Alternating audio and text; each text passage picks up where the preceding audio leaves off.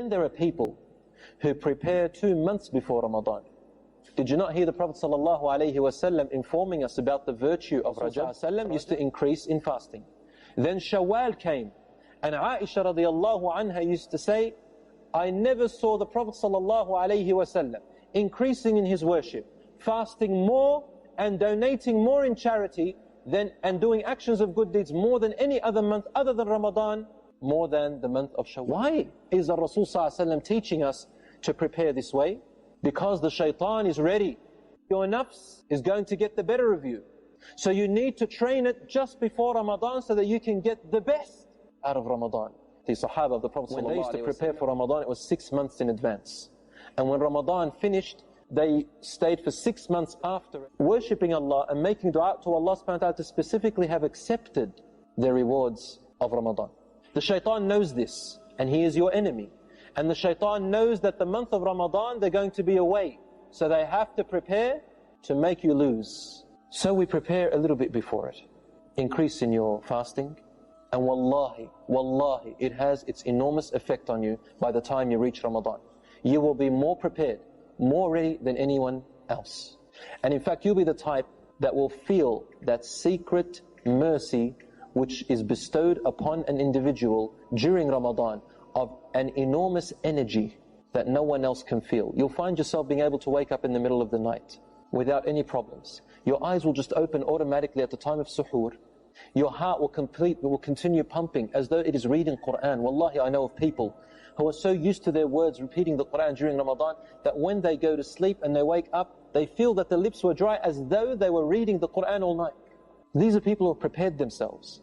Ar-Rasul sallallahu alayhi wa sallam did say, رَغِمَ أَنفُهُ رَغِمَ أَنفُهُ رَغِمَ أَنفُهُ, may his nose be rubbed in dust 3 times. And the Sahaba said, who ya Rasulullah? He said, مَنْ بَلَغَ رَمَضَانَ وَلَمْ يُغْفَرْ لَهُ, whoever reaches Ramadan and they haven't been forgiven. So there is no greater opportunity than the time of Ramadan for our forgiveness.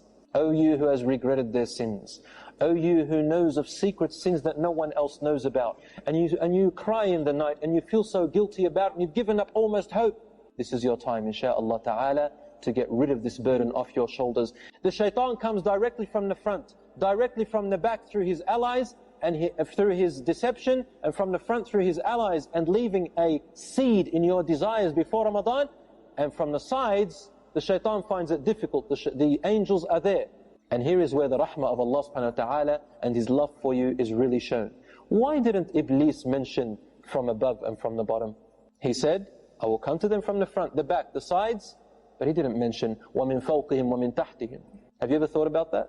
And I will approach them from above them and from beneath them. Why didn't he say that? Because he knows that above you is Allah subhanahu wa ta'ala, whose mercy descends upon you. And when you lift your arms up to Allah in dua, Allah does not allow any evil, any obstacle, any distraction between you calling upon your dear Lord and Allah subhanahu wa ta'ala responding to His beloved servant. It's a direct connection.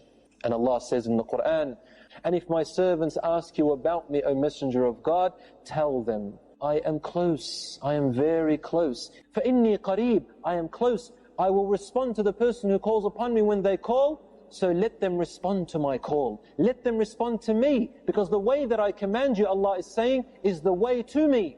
Is the way to me.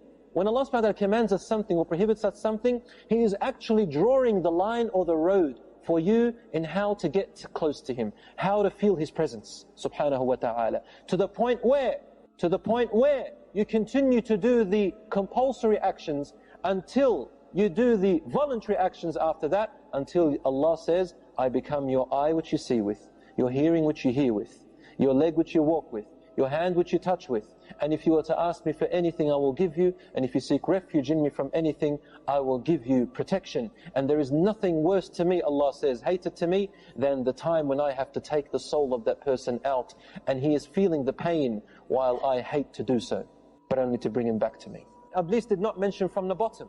Why not from the bottom? Because when you put your head down in sujood, and sujood is only to Allah, do we make sajda to anyone else? No, we don't. So when you make that sujood, it is a special connection between you and Allah subhanahu wa ta'ala, and Iblis cannot, and the shaitan cannot interfere between you and Allah. So there are two very close connections. In your dua to Allah when you are standing, sitting on your side. And in your sujood, where the Prophet ﷺ said, أَقْرَبُ مَا يَكُونُ الْعَبْدُ لِرَبِّهِ وَهُوَ سَاجِدٌ. The closest time a servant is to Allah is when they are in prostration. So make your dua in prostration.